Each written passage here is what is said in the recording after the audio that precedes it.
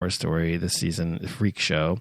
It's just not as good. It's not as engaging. It's not as enthralling as they always have been before. I mean, there were seasons where I just could not wait to see what happened the next week or the next episode, especially Coven. That was my all-time favorite. And of course, the first season was really good, with the haunted house one. I can't remember what that was actually called, but I think it's just American Horror Story.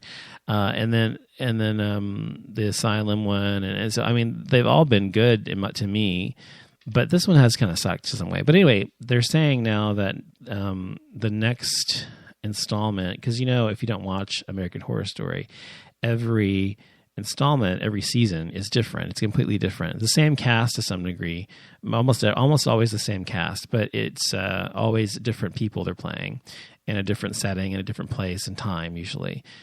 So next season, they're actually planning to have a huge change in the way the story is told and where it's told, et cetera. And it's supposed to be modern day again, which I prefer. I prefer the modern day one's the best. Coven was modern day, and I think the first season was modern day. So it is interesting to see where they're going to go with it next. But Jessica Lange has said that this season was going to be her last, but now she's saying maybe she'll return next season. She's not sure yet. But I think people, give her too much credit. I think she's a good actress. She's a great actress, and she's incredible. And I like to watch her and what she does with each character. But I don't think that the show would die as a result of her leaving it. It's such a big ensemble cast, especially now with Angela Bassett and with Patrick Harris in the mix, and with Kathy Bates and so on and so on. and there's a lot of really big people on there now. So I don't think it's necessary that she stays on it, but we'll see what happens with it. But anyway, they're saying that it's coming back next season to be really, really different. And then there's this article I read about the gay dolls, and it reminded me of the Billy doll from the 90s. I don't know if you guys remember, if any of you are old enough to remember the Billy doll, but when I was in college, they came out, I think it's early 90s, 93, I think, or 94. They came out with the Billy doll, and the Billy doll was a gay man's Barbie, essentially. It was a gay man doll that was anatomically correct. Well, I mean, his dick was huge comparative to the rest of him, but it was, and so when he put his pants on and stuff, his dick was sticking out really. It was just hilarious. But anyway, it was just a fun little thing to have, and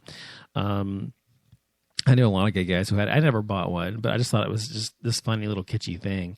But they've made lots of dolls. They made that doll. They made the Tom of Finland dolls. They've made those. They made RuPaul dolls. They've made Jeff Stryker dolls. They've made all sorts of gay-related dolls. I think that's wonderful. I think it's incredible that we actually have come far enough to have our own dolls these days. Of course, they have dolls of real gay people like Rosie O'Donnell and several others. They have dolls of people like that as well. But I've never really been a big doll person. I just sort of am not. So, but they're kind of fun just to have one, maybe set up on a shelf and just look at every once in a while. It's fun.